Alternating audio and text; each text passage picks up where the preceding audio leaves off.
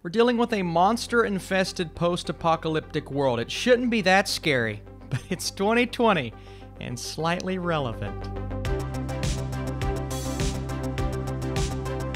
What is up, Flick fans? Welcome back to my channel. Thanks to Paramount, I was able to check out Love and Monsters a tad bit early. This movie drops on demand Friday the 16th, so I need you guys down below. Are you looking forward to it? If you've seen it, did it live up to the hype? Are you a fan of Dylan O'Brien? Let's do it. So, in this monster-infested world, Joel learns his girlfriend is just 80 miles away. To make the dangerous journey, Joel discovers his inner hero to be with the girl of his dreams. So, we have Dylan O'Brien, Jessica Henwick, Michael Rooker, who I'm a massive fan of, and just the cutest little dog. And of course, they had to throw a dog in there because that's going to make the audience want to root for our hero more, and it works. It works extremely well. I like Dylan O'Brien quite a bit. The man has charm, and I won't lie to you, I saw this trailer, and I was very skeptical because it looked as if it didn't know what kind of movie it wanted to be.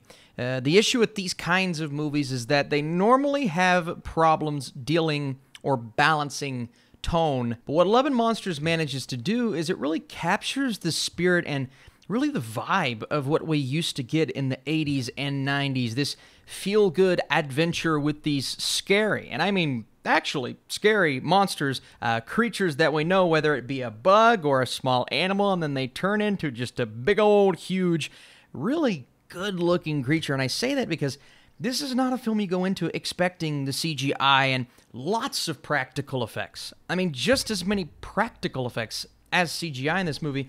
You don't really expect it to be top-notch, high quality, but they look great.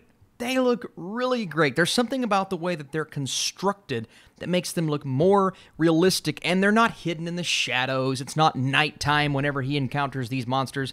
Broad daylight, which normally makes special effects like this look even worse, but the mix of that and practical effects allows these creatures to really stand out, and what this movie does well, I truly believe it does extremely well. This sense of adventure, the companion in the dog, we're doing it for love, we're traveling all this way to find the girl of my dreams, but the girl that escaped from me when this apocalypse first happened. And one thing I love about this movie is that everyone involved, they all have a shared sense of trauma or traumatic events that happened prior to when we meet them in this film. It almost feels like Zombieland in the way that this team, loose team, it's mostly Dylan O'Brien, comes together at one point. Not as funny, not as humorous, not as on the nose, but it is slightly self-aware in the way that it carries and progresses its story. And once we encounter Rooker and the little girl, it does get a sense of life, a bit of a spark about it that allows us to enjoy it even more so than we already were. And the movie is just fun, and maybe it's just the sense of adventure. Maybe, you know, I've been kind of looking out for a really good guy and his dog story. We haven't really got one of those in a while. We got Togo on Disney Plus, and they've attempted here and there in theaters, but it always comes across as way too cheesy. And don't get me wrong, this movie's a bit cheesy, and once we get into the third act, there has to be something in the third act that allows our character to show his true worth. And there is something. But the villainous characters, they don't really build up all that well. They kind of just come and then they go. But I like the fact that the main focus is on this hero's journey, and the main focus is on him all along and what he learns along the way, whether he's being taught by Michael Rooker's character or he's figuring things out for himself.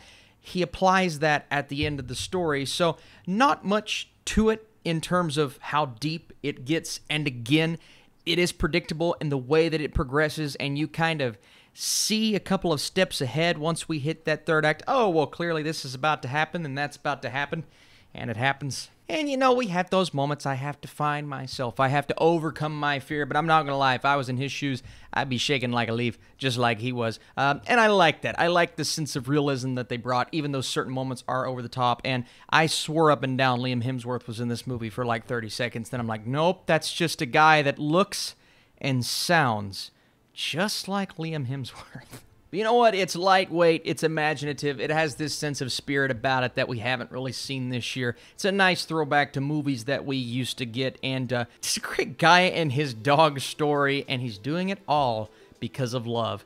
and that is really, really sweet. So I need your comments down below. Were you looking forward to this movie? It is on demand. Let me know if you're going to rent this film, and drop this vid a thumbs up if you like movies like this. But I'm going to go a solid 7 to 70%. Look, I may be easygoing on a movie like this, but I just had fun. And again, what it does well in terms of the effects, and look out for some of the practical effects here, man. The decisions that they made to use something here and then something else there coming together to make a beautiful pairing, I'm impressed with what they were able to do. I really am. So let me know what you thought of Love and Monsters down below. Was it too cheesy? Was it too ridiculous? Certain story points, I won't lie, don't really come back in, and I wanted more Michael Rooker and the little girl. I thought they were great, just not enough of them in the movie, but the focus was there, and I appreciate that. Again, thanks for watching. Stay tuned. A lot of reviews tomorrow.